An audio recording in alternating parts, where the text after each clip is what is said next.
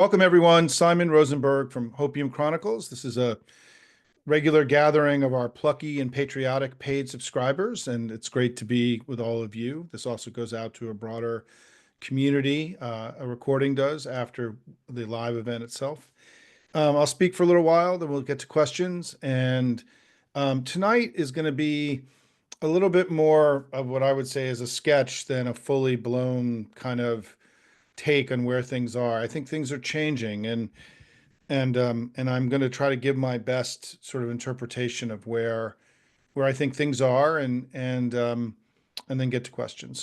So first, I still think that the overarching kind of understanding of the moment is that we are getting stronger, he is getting weaker, and one. Number two is that he is breaking things that are going to be difficult, if not impossible, to repair.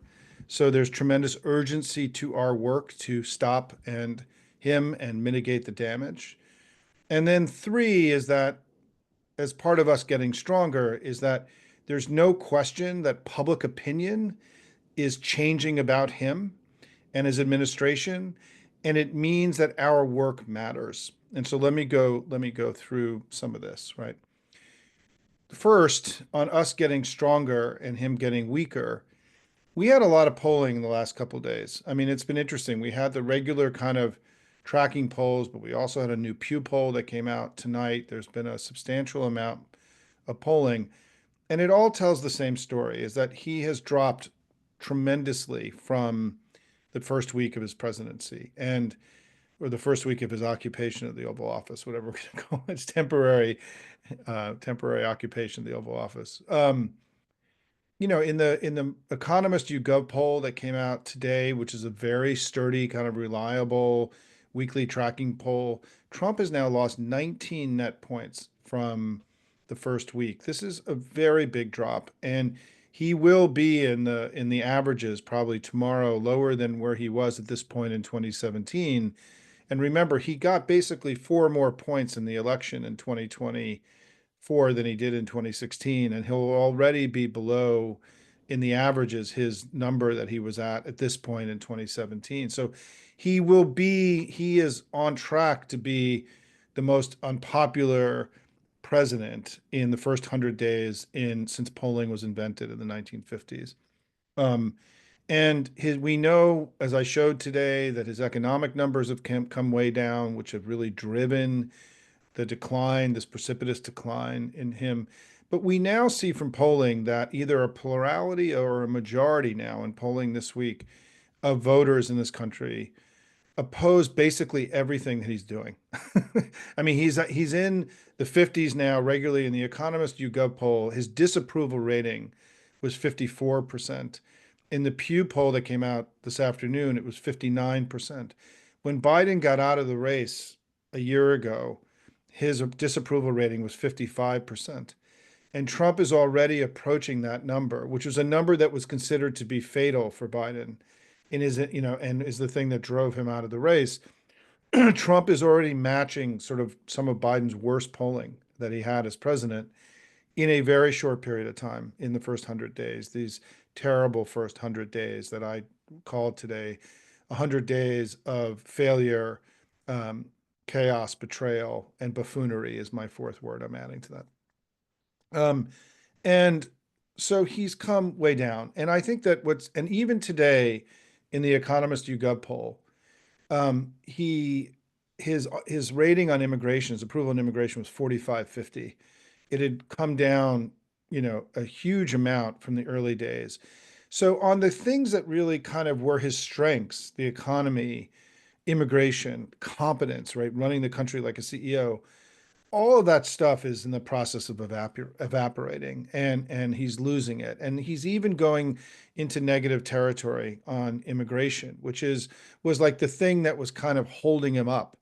And that's because, what he's done over the last few weeks and sending people to gulags and disappearing students and is just beyond the pale, right? It has nothing to do with undocumented immigrants, or what he said he was going to do is deport, criminal undocumented immigrants. That's not what this is about. This has gone way beyond what he talked about during the campaign. It is, and I did a podcast with Greg Sargent today, And what I talked about was just um, how fundamentally ridiculous Trump is, right? He's taking Putin's side in Europe. It's ridiculous, right? He's disappearing people out of the United States. It's ridiculous. His tariffs, he's now had these come downs on his tariffs now. We think he sort of came down. His own administration said something different late this afternoon, where he's had to walk back the tariffs because they're causing so much economic and political harm, economic harm to the country, political harm to him and the Republicans. He's, had to eat this ridiculous person that he put in as defense secretary, who's, you know, this is one of the biggest scandals in the history of the United States. A silly, unqualified, extremist, ridiculous person. On some levels, Trump is ridiculous. It's ridiculous what he's trying to do. I mean, I posted today that he's like auditioning to become, in the club of authoritarians. And unfortunately, our democracy, in our long history of democracy, the American people, our European, Ukrainian allies are starting to make it difficult for him to be successful in this audition that he has to become an authoritarian. And I'm not saying that he's not going to be successful, but I think we have to recognize is that Trump is failing in a kind of a huge way. And Trump likes to be liked. He likes big crowds. He likes good polling numbers. This being liked matters to him. It is important to him. And what's happening now is that, his numbers are cratering. He had the second worst in the University of Michigan survey. He had the second lowest rating of consumer sentiment since that poll began in the early 1950s, right? Like, so what he's done is, and he's doing extraordinary harm to the American economy. Part of what's driving all this is that Trump is damaging the country through the tariffs, through his unraveling, his attacks on academia and the research institutions in the United States. He's unraveling the pieces of the things that make us successful and wealthy and prosperous and powerful on purpose. As I describe it, it's sabotage. He looks far more like a saboteur than he does a leader of an elected leader of a democracy. And he's doing enormous harm, but I don't want to dwell on that tonight because we talk about that a lot. What I want to dwell on is that I think the other thing that's happened that's made our movement stronger, in addition to sort of the inspiration of Bernie and AOC and Chris Murphy and Jamie Raskin, and then Cory Booker, and now Chris Van Hollen and the four Democrats that went down to El Salvador. You're seeing greater ambition coming from our elected leaders as they find their voice and find their way in these unprecedented and dark times. But I think the other thing that's happening, and this is the bulk of what I want to talk about now, is about defiance and dissent. Is that I think the circle of defiance is growing. And defiance is not just a political action, it's also rejecting the arguments of our mad leader, and that he's trying to impose these realities on us that I think that there is a growing unwillingness to accept.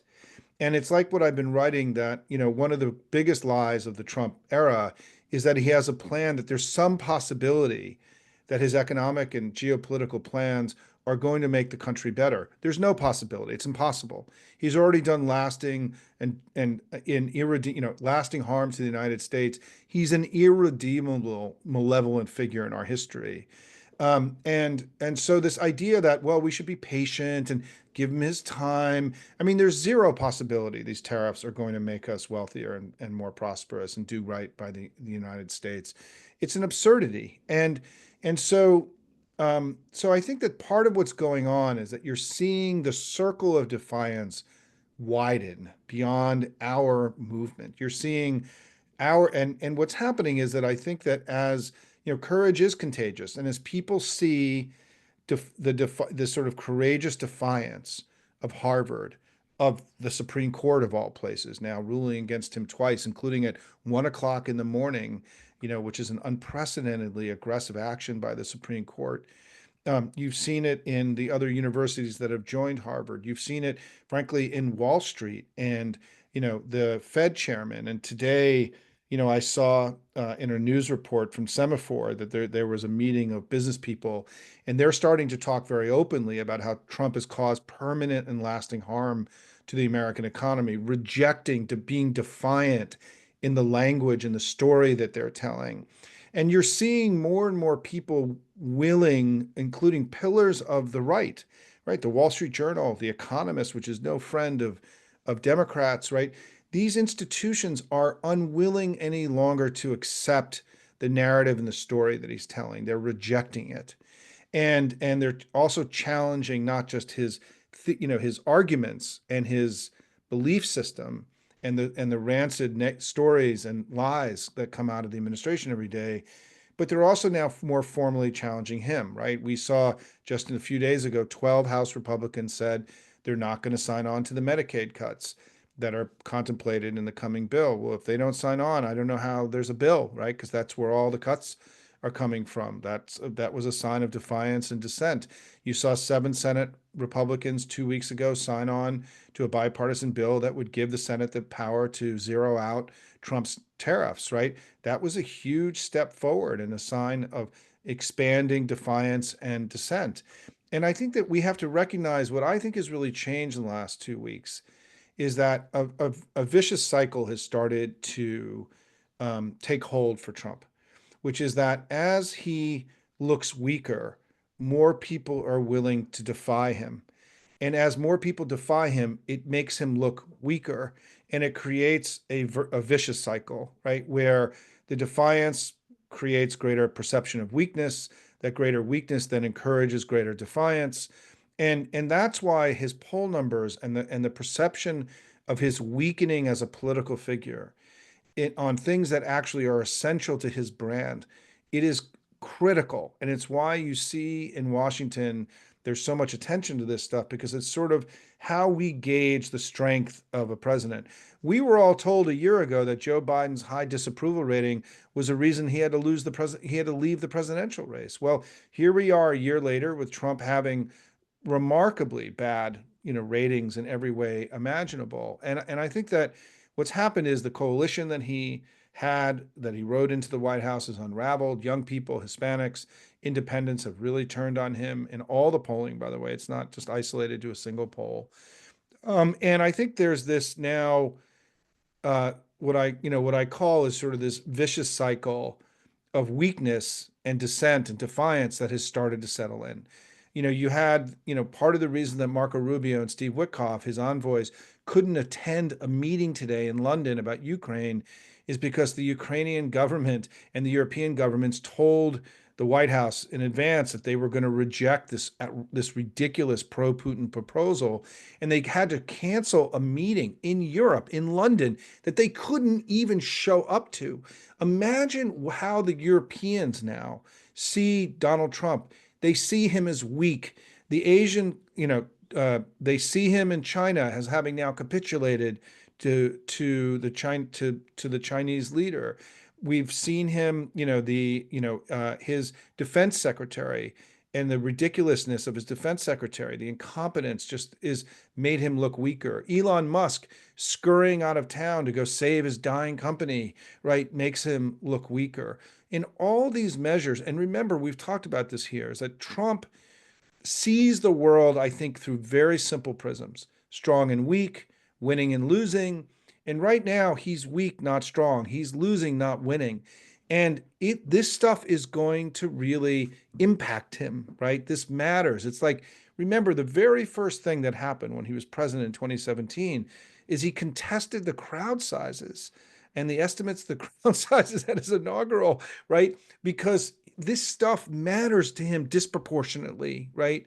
And so I think that, what I just want to say to everybody is that I could spend 10 to 15 minutes talking about and we talk about this at Hopium, and I've had interviews with people, talking about all the ugly things that are happening, which are unimaginable, ridiculous, insulting, illiberal, undemocratic, sabotage, whatever the words are. It is going to take us a long time to rebuild and then reimagine what is being lost right now. The tragedy of this, we have to use as fuel to drive us to do the work every day that we need.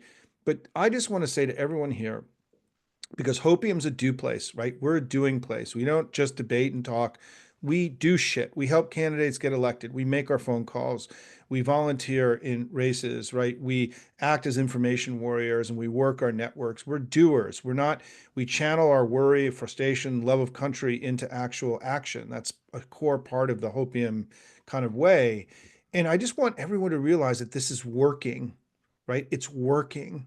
If you wonder whether these calls you make every day, the money you gave to candidates, the stuff you get asked to do, the meetings you go to, the protests and rallies that you've attended, the ones that you've organized, the signs that you made, it's working. Trump is losing his hold on the country.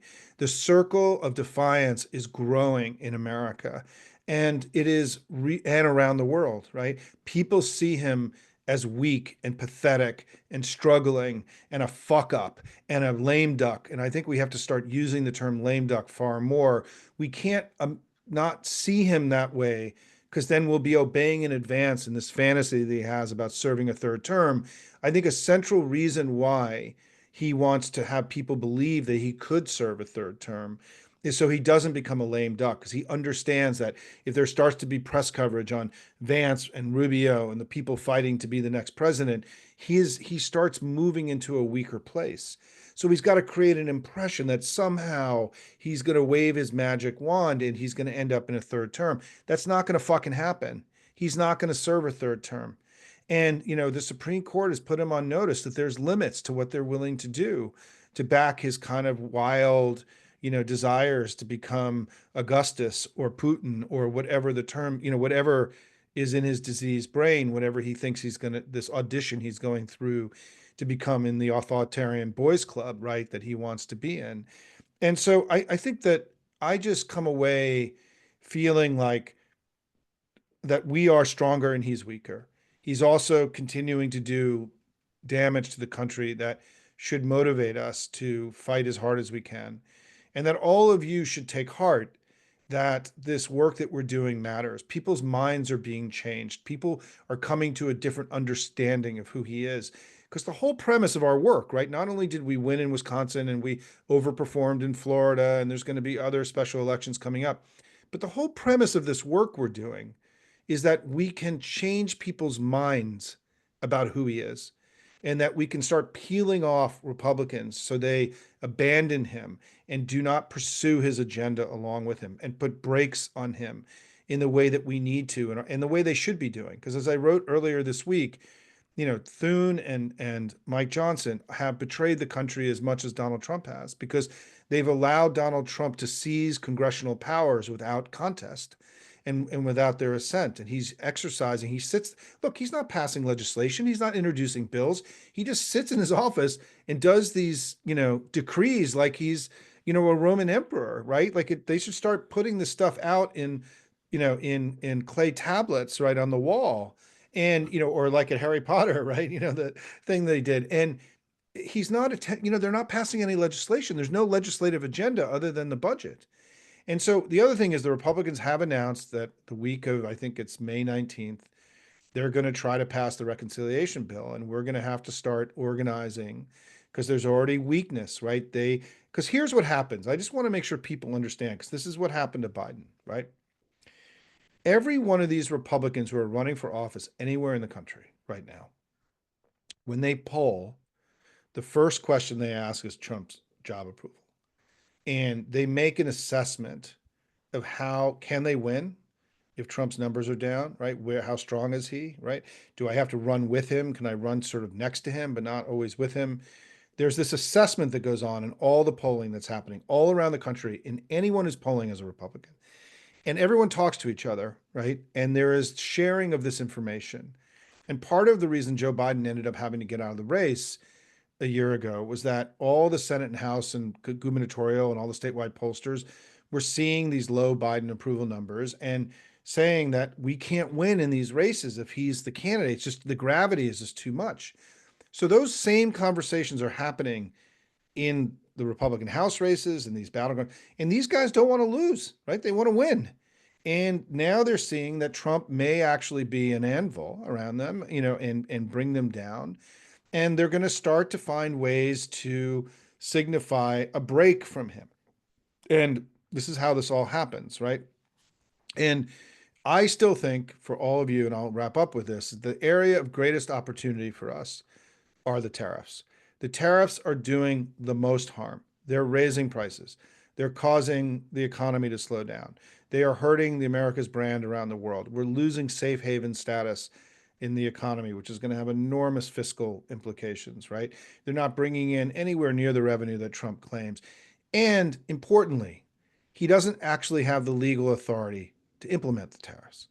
And we had one of our most significant breaches that happened just a few weeks ago. Tim Kaine led an effort. 51 senators, including 4 Republicans, voted to revoke Trump's tariff authority in Canada. It did not pass in the House, but we saw, 4 Republicans. We passed this resolution through the Senate. The Senate of the United States voted to revoke Trump's tariff authority in Canada. Tim Kaine came and joined us and explained how they had done this and how they were now working to do it for all tariff authority. Because the truth is, Donald Trump, as horrible as these tariffs are, it's also the greatest abuse of power in American history. He does not have the legal authority to implement and levy these tariffs.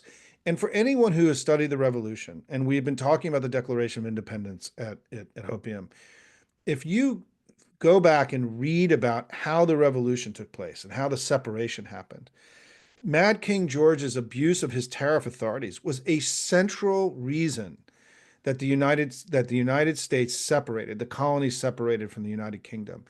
Under no circumstance would our founders have given unilateral tariff authority to the president in the design of our government.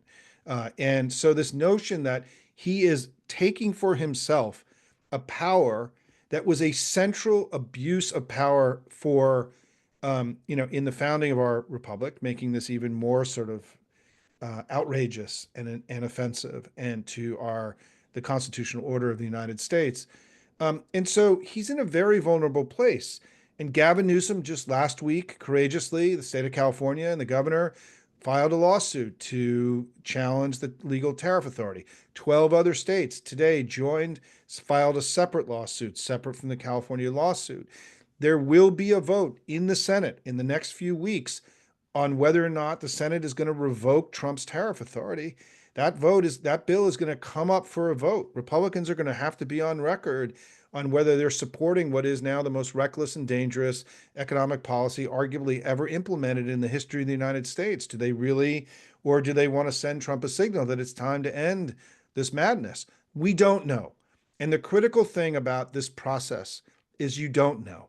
All you can do is get up every day and do as much work as you possibly can, keep moving the ball forward. Heather Cox Richardson's speech that she gave, her remarks the other night at the lighting of the lanterns in Old North Church, was a great meditation on this idea that we don't know who is going to become the next Paul Revere, who's going to be the person that steps up and creates this critical moment.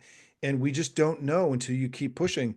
We just saw a few months ago the Assad regime in Syria. One day it was there, and the next day it wasn't. Right? They had been working to beat back Assad for 50 years, and this is what happens: is you have to keep pushing and pushing and pushing and putting pressure on, and to continue to widen this circle of defiance and dissent and grow the opposition movement so that we become more powerful than he is. And we are much closer to that point than we were a few weeks ago, but we're not nearly close enough.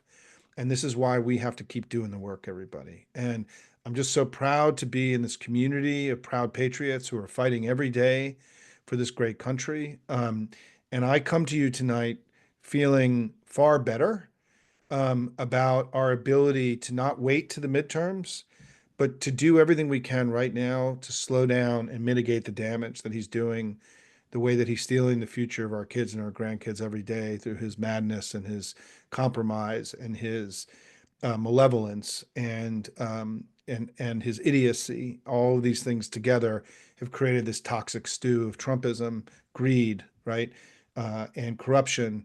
This toxic stew of Trumpism that's doing so much harm to this great country. So thank you all for what you're doing. It's just, I'm so proud and to be in this fight with all of you. And let me get to some questions. And Lincoln, do send me some notes on sort of the themes that you're seeing, why I sort of read some of the top questions here tonight.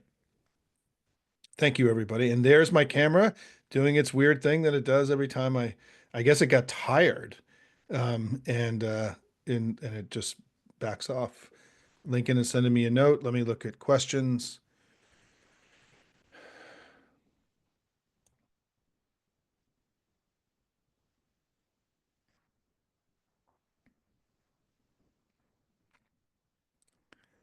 Um,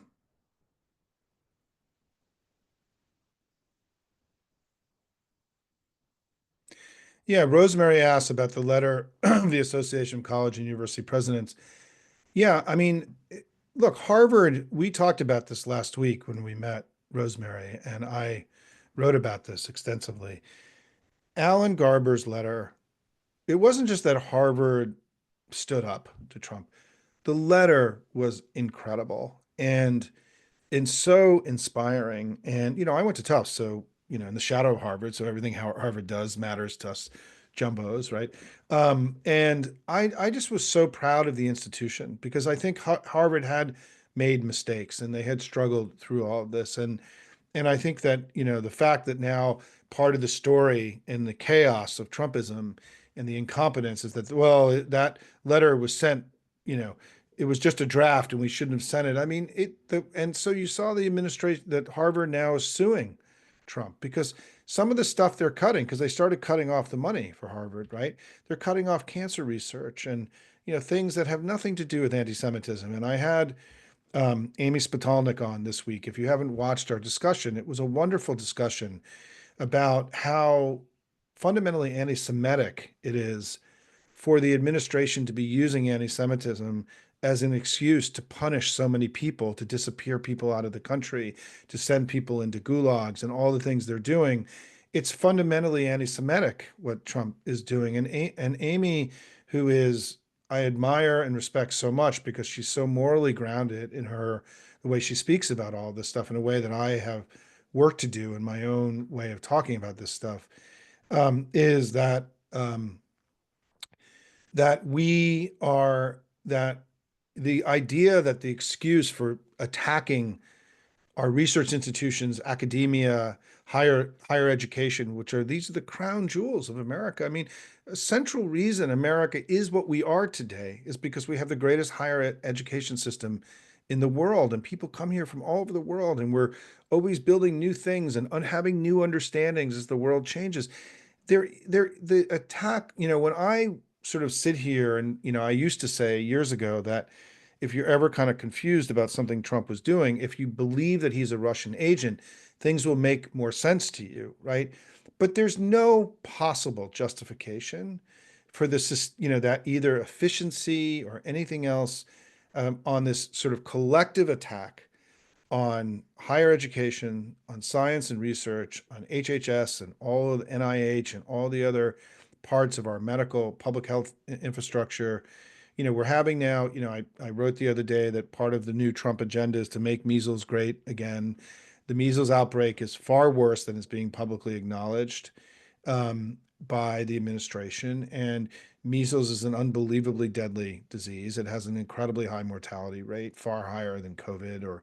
And we also learned today that whooping cough is now spreading across the country like crazy. Another thing, because of this vaccine hesitancy, is creating now vaccine exposure. I mean, disease exposure for large numbers of people, and so these diseases are taking hold. And we now have the largest measles outbreak since we declared measles defeated in the year 2000, and it's going to continue to get very large. I mean, I assume that we're going to start to have travel warnings in the United States, even worse than we've had from foreign countries. I don't know what this means for the World Cup next year, and for people coming into the United States. But this has become a very inhospitable place. I mean, people are running around here unvaccinated. Disease are coming back that don't exist in the modern world that have been eradicated. We've got, did you see the story of these two German girls who were backpackers who arrived at an airport in Hawaii and did not have a hotel, and so they were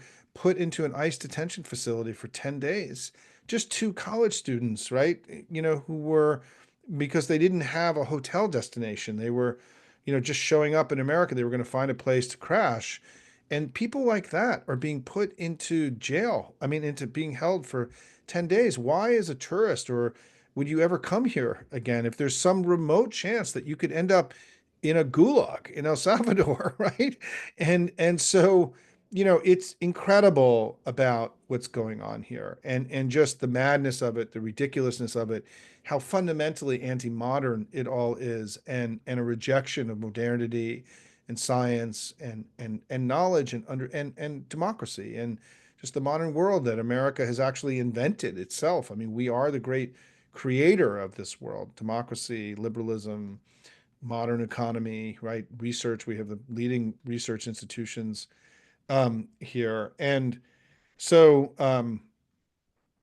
and let me talk about one other thing. I had lunch with an old friend today, and I because I'm seeing the questions that are coming in here, is that I think I want to just do a slight meditation on something we've discussed here before, which is this idea of chasing the new. And I really think this is something that I actually have to make a video about and make it more central, because it's very central to how I understand Hopium.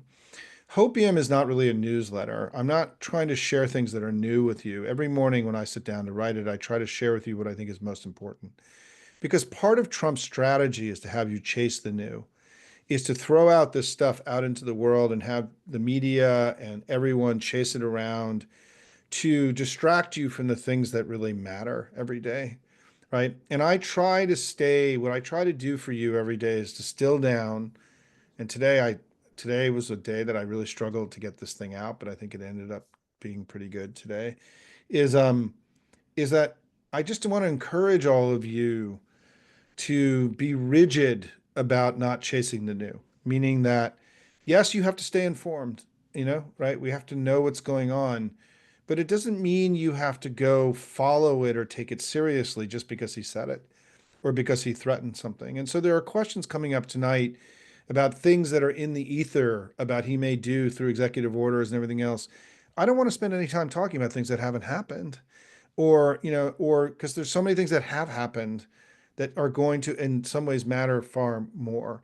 And I just, we used to talk about doing more and worrying less here at Hopium, but I don't use that anymore because I don't think it's possible to worry less than we are because of just now the threat, not the proximate threat, but the actual threat. So I've sort of dropped the do more, worry less thing because I don't know that we can actually worry less. But the premise of the do more, worry less thing was that we can't let his madness become our own. We can't let his desire for you to chase the new. When you chase the new and you go get freaked out by stuff that hasn't happened or that he's threatened or that's been talked about Sean Hannity, and then you share that with your friends or you try to bring it into this conversation, you're actually doing Trump's work for him. I mean, I just want everyone to realize that, right? That you're actually, by chasing the new and bringing it into your networks and your communities. It reminded me, it used to be that, remember, we would, back when we'd get emails in during the Clinton era, like in 2016, people would be getting these emails about all these things that could happen. And they were getting scared, and then people would then take them and then send them to everybody they know, rather than saying, well, this sounds ridiculous, I'm not going to spread this through.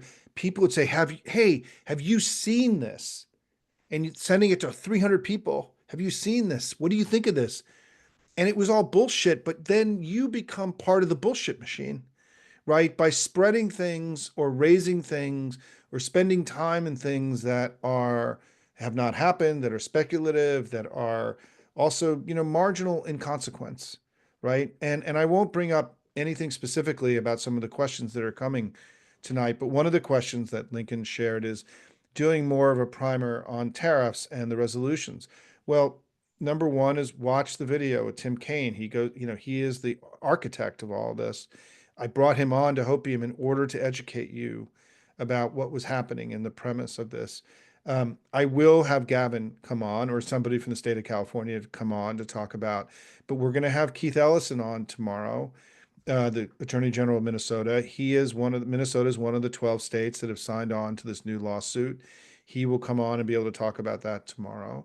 And the way to think about all of this is that and my friend I had lunch with today, A.B. Stoddard, an old friend, said that I need to do more about helping educate people about how tariffs work, because these are new things we don't really know. I've worked on trade policy in Washington for over 30 years, and I will try to do more kind of, I also have, by the way, a great interview with Rob Shapiro that's on the site where we spend an entire episode going through how tariffs work. He's a leading economist, University of Chicago and Harvard, right? And he goes through and talks about how tariffs work and what Trump was doing. And the key thing to understand is that he imposed 10% tariffs on every product coming in from every country in the world, except for four countries. And Russia, Belarus, and I'm just forgetting the other two right now.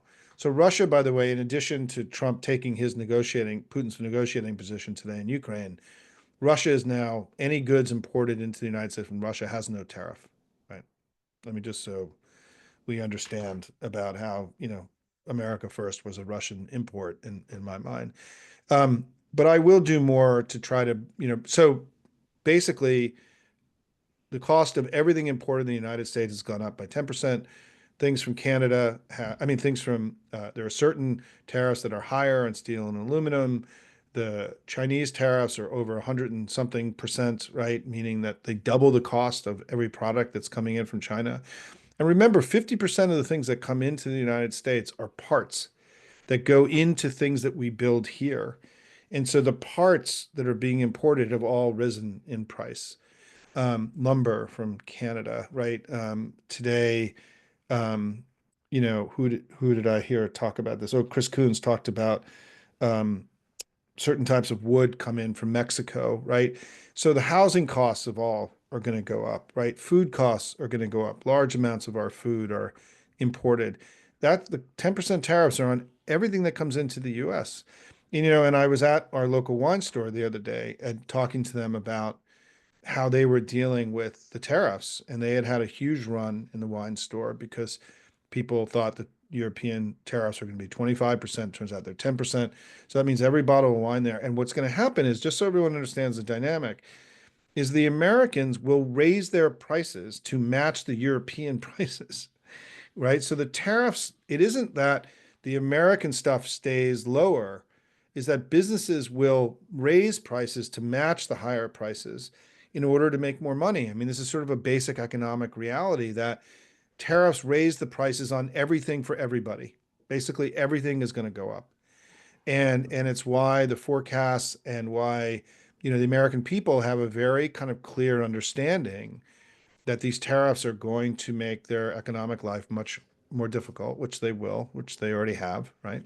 And Trump, what he backed off a few weeks ago was not the 10% tariff that's been put on everything that's coming in from every country except Russia, Belarus, and two other places, but these sort of crazy tariffs on top of that, called that he claims are reciprocal tariffs, that in some cases in some countries were 80% tariffs, right? They had this crazy formula.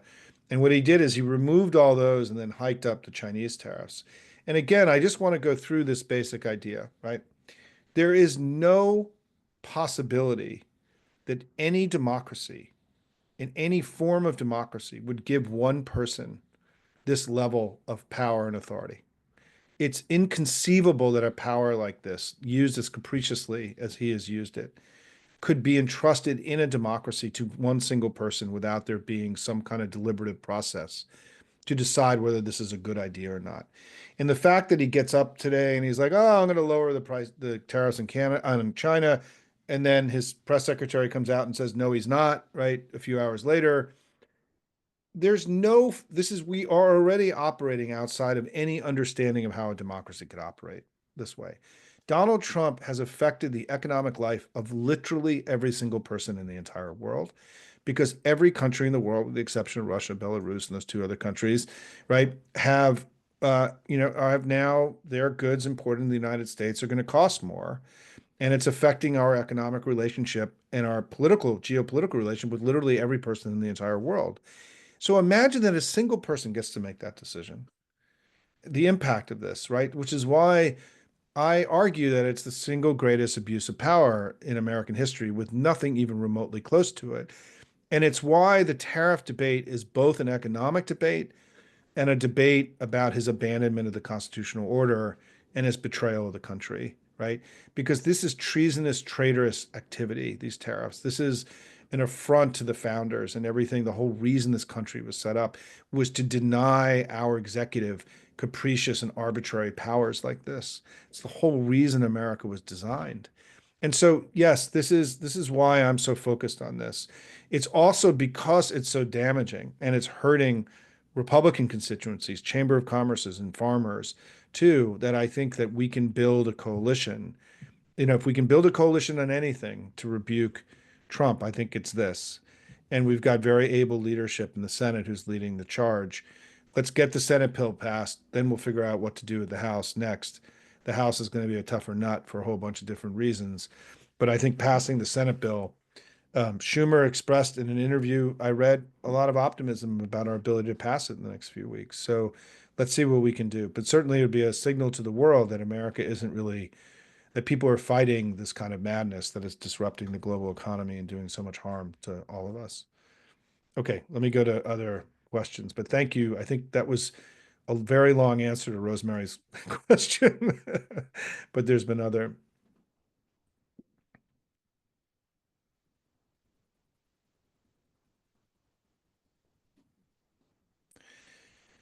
Yeah, there's a lot of good comments and questions here. So William Jeffers asked a good question, and I actually want to get to this because I think this is something that's not discussed enough, which is with an insane president and a spineless Congress, the judiciary must be our savior, or one of them, right? But what should we be doing to support and protect the independence of the judiciary?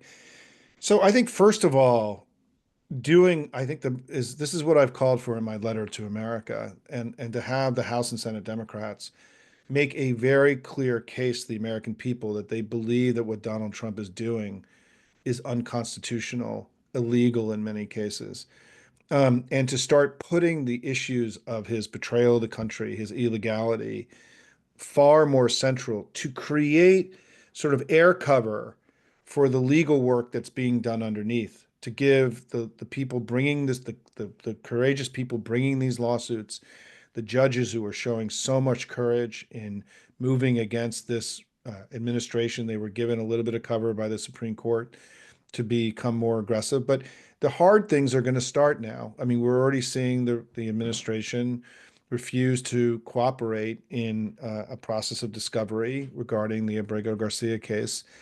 And and one of the ways, William, that I think is really important is that the political leadership of the country has to be doing a better job at establishing that second front that I talk about, which is in addition to the economic conversation, which is paramount and essential because it's what's the central thing driving his approval rating down. We've got to create a big intellectual and political argument about Trump's abandonment of the constitutional order, the illegal activities, his his fealty to Putin and Russia. There are things here that matter deeply to the American people that we haven't really found our collective voice on, right? And Cory Booker got us closer. And Alyssa Slotkin, frankly, in her remarkable speech, I think got us closer that she gave a few months ago. And Chris Van Hollen has gotten us closer to it.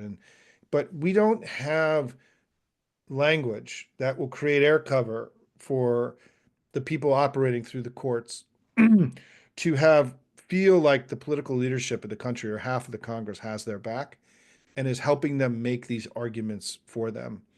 And that's why I've been disappointed that there hasn't been more uh, work done to create um, a national understanding of why it is that Trump is losing virtually every court case, because most of the country is still operating as if the American Constitution's in effect and that laws matter. And there's just a piece of our country that isn't operating that way. It's called the White House and Donald Trump. And incredibly, the House and Senate Republican leaders are now becoming complicit in this incredible assault on the constitutional order by giving up their own powers willingly, right? I mean, one of the things that's about to happen is that there's going to be a rescission bill that's about to get introduced. You're going to read about this. That's going to formalize about $10 billion worth of the Doge cuts that, Elon failed to find the savings and so on. He's leaving town. Trump referred to him today from the Oval Office as that in the past tense, by the way, right? Um, and uh, and so the rescissions will be to formalize and make legal the illegal and unconstitutional cuts that Doge has been doing in order to defang the lawsuits, right? To make the lawsuits moot. Because if the cuts of various departments and agencies are now passed into law, then the suits become invalid, right? Then and not prosecution, by the way, because the crimes were committed at the time, and it's why I've also called William that I think Democrats have been remiss in not doing criminal referrals to the Department of Justice on the crimes that have been committed. Because I think that I will posit that Elon Musk and Donald Trump have committed more crimes in the last few months than any Americans have ever committed in all the history of the country. And that the Doge guys who work underneath him should be forced to reconcile and deal with the fact that they're breaking laws in the political calculation about whether to stay with the Doge project or to go back to wherever they were. And I think this has been a failure of us. We should have been putting out criminal referrals. I called for criminal referrals at the beginning of February, right when the USAID started, because the vaporization of USAID was blatantly illegal, right? And they broke laws in doing that. And so I do think that, one of the things that gives me hope about this is that, and I think your question's really important, William, and I've come at it in a different way, and I will continue to advocate that our political leadership do more to give this process that has been so successful in blunting Trump's power and giving him losses instead of wins, right? That we need to do more to create the political cover. Whether or not, there's going to have to be more done to provide security for judges and so on. These are all things that have to be openly discussed. But I think there's low hanging fruit that we haven't even gotten to yet that needs to, we need to pluck before we get into more complicated stuff. But I think I think there's more we can be doing, William, than we are in order to do, and that's at the core of one of the reasons I'm bringing on the attorney generals. We're going to have a whole series of Democratic attorney generals. Is that I really want to showcase their work because they've been exemplars, and I do think that federalism is becoming a more powerful bulwark. I mean, not only is our government split into three branches, but our government is also divided up between federal, state, and local. And I think that what I've been advocating for is that we need the state and local officials to become much more purposeful about challenging the illegal activities and unconstitutional activities of Trump. And the number one thing is the tariffs. I mean, the tariffs again was the right place, and now we have 13 states suing. And you know what Gavin Newsom told me? I mean, emailed Gavin, and Gavin's a good friend. He reads Hopium, and I emailed Gavin and said, congratulations on this. He said, look, we think we're on firm legal ground here. We think we're going to win this suit. And imagine if a court rules that the tariffs are illegal and unconstitutional. What happens? Is Trump and the Republicans really going to are all the Republicans going to line up behind Trump and say, yes, we want the largest tax increase in American history. We want taxation without representation. I forgot to mention this, but the tariffs are taxation without representation. They are a massive tax being put on all Americans without congressional debate and congressional assent. It is literally the thing that fueled the revolution in the 18th century. And so, what are the Republicans going to do? They're going to go like, "Hey, Donald, look, I know the court said, no tariffs, but we think you should put those tariffs back on." Who's going to say that as a Republican, right? If you're in a swing district. So the politics of the tariffs being declared invalid, illegal, unconstitutional gets very complicated for them. And it's why I've been such a big advocate for the states to be more aggressive in the tariff front. And I'm really, this is something we've been advocating for here, right? And it's happening. We now have 13 states, filing suits. It's terrific. Um, Let me see what else Lincoln may have here from all of you.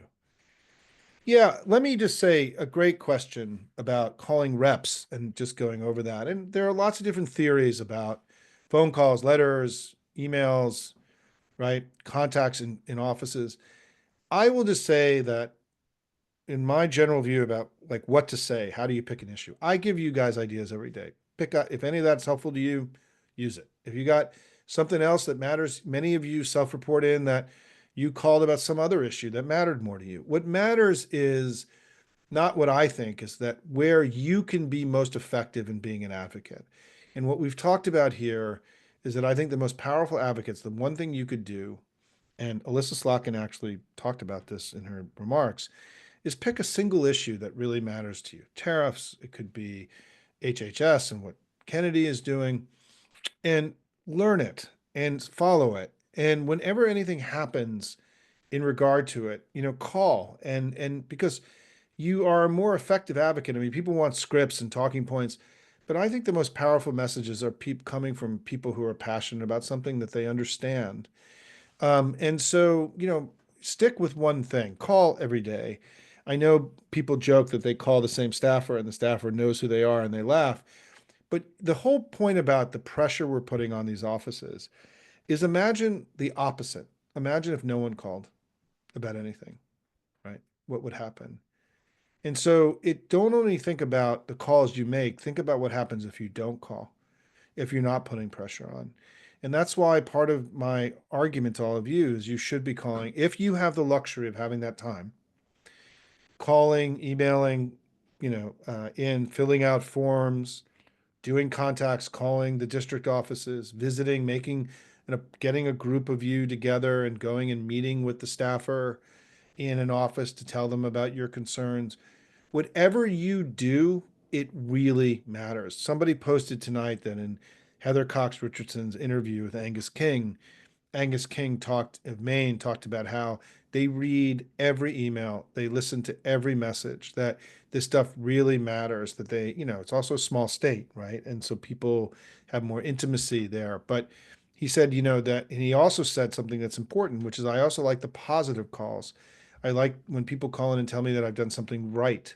That's something we also have to be doing, right? And some of you have called Republicans when they've done the right thing and thanked them for that. And I think that's all appropriate, right? I think that we're responding to his abandonment of the constitutional order, his illiberalism, his illegality, with using the levers of democracy, the tools in our toolbox. And that's what I love about this process. I mean, let's remember, everybody. I mean, in the early days after January 20th, I was one of the first people in the country that really encouraged people to call these congressional offices, because I know from being here how much this stuff really matters to these offices and how impactful it is. And what I said is, yes, we have to do our electoral work that we always do, but there's stuff we can be doing right now.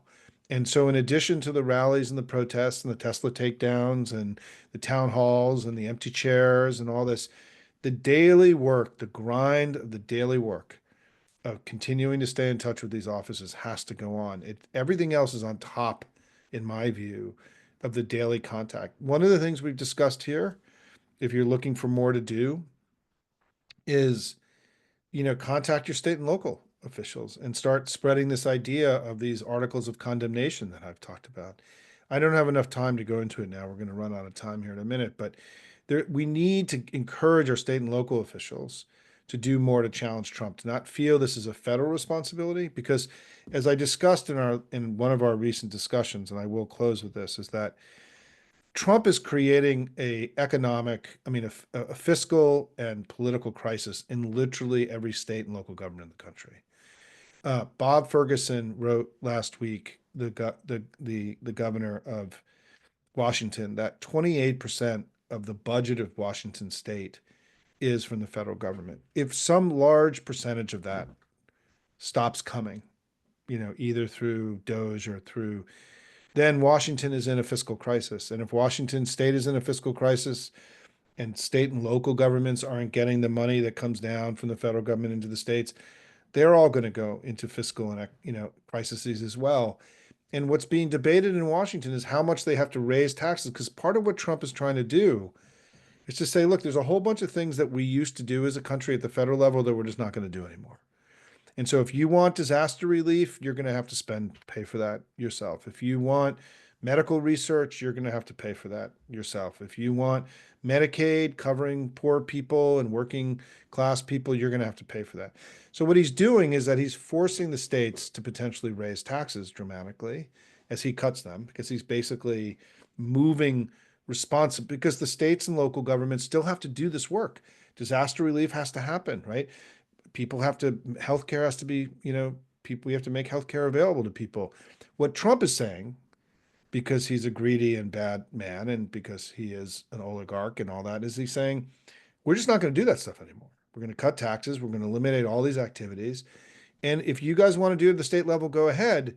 But to do it, they're going to have to dramatically raise state and local taxes everywhere to offset the tax cuts at the federal level. And by the way, who's going to benefit? I mean, who's going to be most hurt by this? The states that are taker states, right?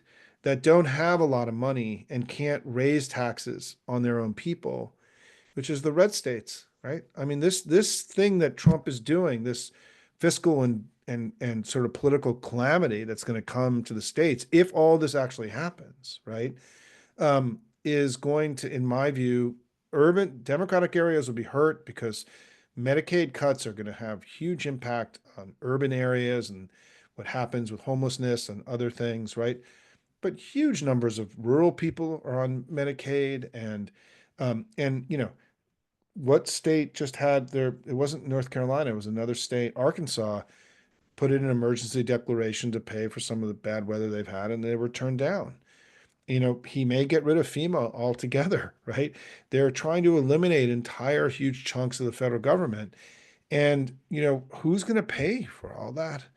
And and so Bob Ferguson, and I wrote about this last week in Washington, they're already having a debate about how much they have to increase taxes to offset the massive loss of revenue from the federal government.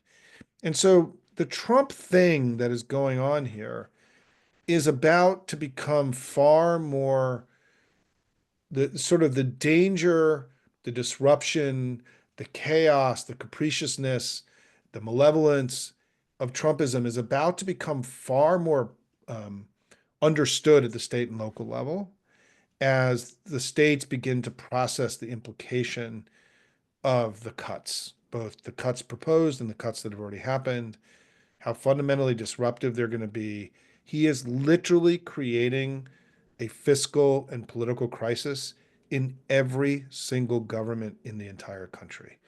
And that's why one of the things that I think is going to happen in this sort of next wave is the leaders of the states and these cities and counties are going to wake up and realize, and they have to start talking to their citizens about what Trump is doing to them. And this is going to add a whole other layer of knowledge and understanding, on top of the fact that Trump has raised your prices on everything for you with tariffs, which is a very easy thing to understand, or that, you're going to, but if they cut Medicaid by almost $1 trillion, almost 100 million people in this country are going to have less health insurance or even lose their health insurance altogether. And then the individual market could start to collapse. Tens of thousands, tens of millions more could start to lose their insurance because the ACA starts to unravel.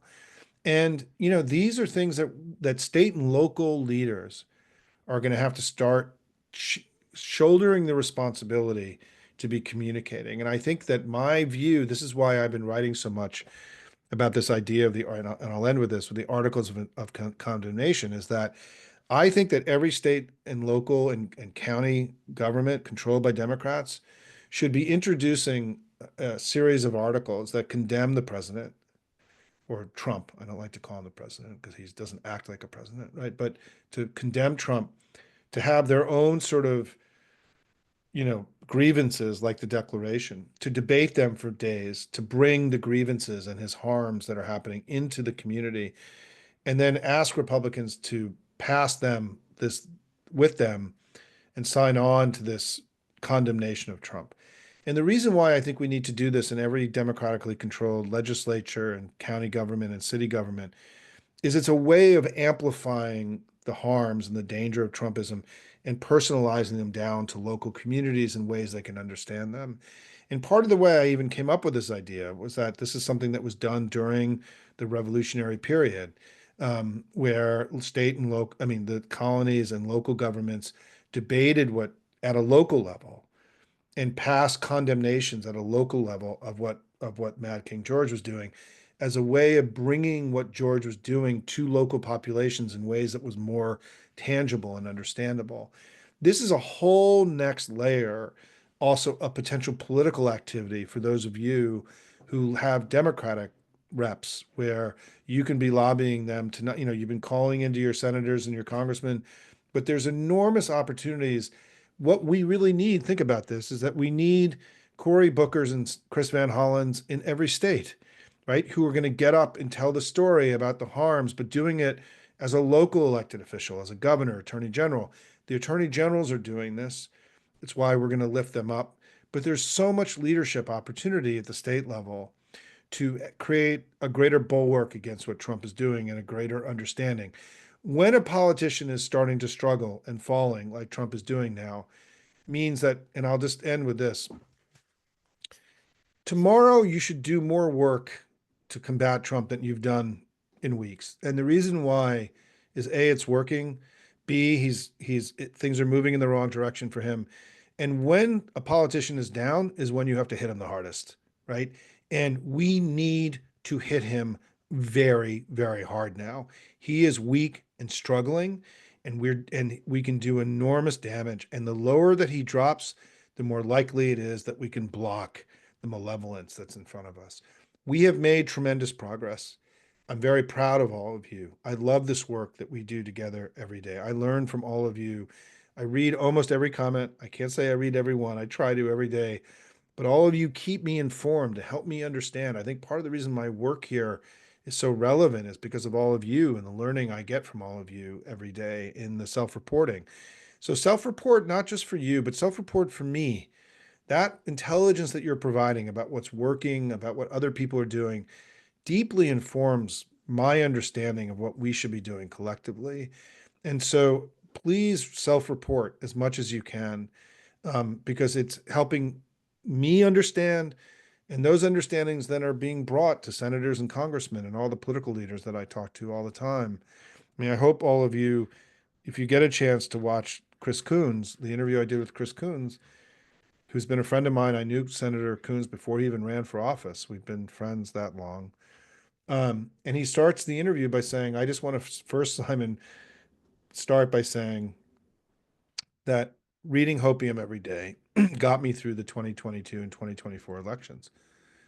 That was one of the most influential senators in the country, right? Telling, starting my discussion with him is saying, I'm a big fan, I'm a member of your community and I love this, what you do. It helps me understand the world. And trust me, people all over this town and around the country who are our elected leaders read Hopium every day.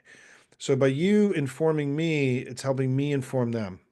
And my learning I do from you makes me stronger and wiser and better every day. And so keep it up, everybody. Keep being the inspiration, inspiring each other to do more and to lift higher, to raise our gaze, to fight harder, because our kids and our grandkids, we need to be able to say to our kids and our grandkids that in this time of crisis, that we left it all on the playing field, not for the country, but for them. And I know that when I think about my three kids and we're in my son's bedroom here, my oldest son's bedroom, that I know that I can say to them every day that I am doing everything I can to make sure that you guys get the future you deserve. We all need to be doing that every day. Love you guys. Keep up the great work.